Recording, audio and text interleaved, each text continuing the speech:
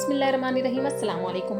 एक अहम तब्दीली बल्कि बहुत ही बड़ा वाक़या जो खामोशी से हो गया, वो वज़ीर आज़म इमरान ख़ान और बांग्लादेश की वज़ीर आज़म हसीना वाजिद के दरमियान 15 मिनट की फ़ोन कॉल थी, जिसकी शिद्दत और हिद्दत सरहदों के पार बहुत ज़्यादा महसूस की गई है और इसके आफ्टर शॉक्स दिल्ली में आज तक महसूस किए जा रहे हैं।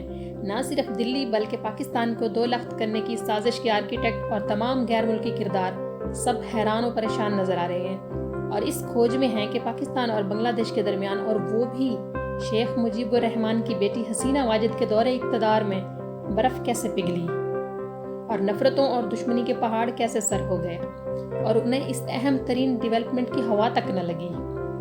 दिल्ली और दीगर किरदारों की लाइल्मी का अंदाज़ा बआसानी लगाया जा सकता है।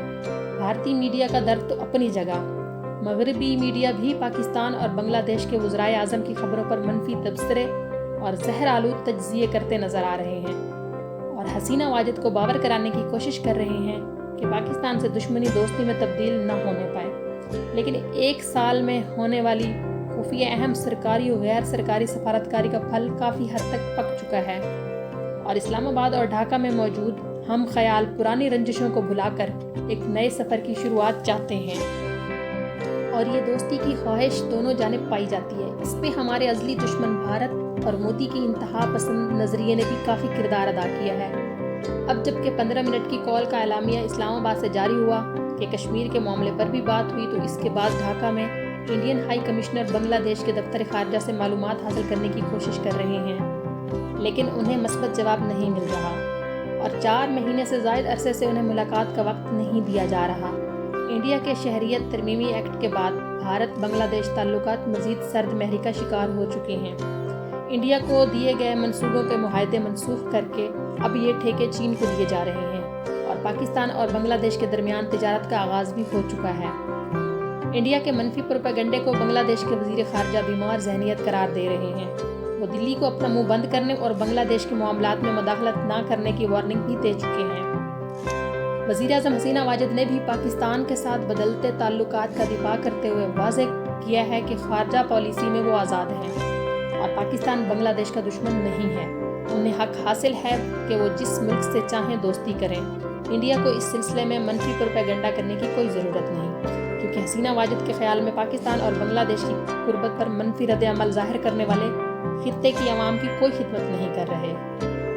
बांग्लादेश की वाज़ेह पोजीशन के बावजूद दिल्ली सरकार बेचैन है और हसीना वाजिद के दौरे पाकिस्तान को रुकवाने के लिए हर हरबा इस्तेमाल करने का इरादा रखती है।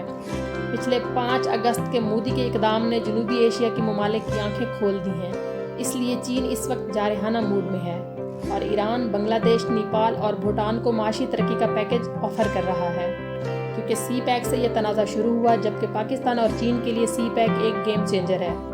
एक तरफ तामीर और तरक्की की सोच है और दूसरी तरफ इंडिया और अमेरिका के तौसीब पसंदाना अज़ाइम और तकब्बुर है। इसलिए चीन ने 5 अगस्त के भारतीय इक़दाम का जवाब गुलवान के महाज पर दिया है और पाकिस्तान ने अपना नया सियासी नक्शा जारी करके पहले यह नक्शा सियासी क़यादत ने मंजूर किया और बाद में वफाकी काबीना ने मंजूरी दी।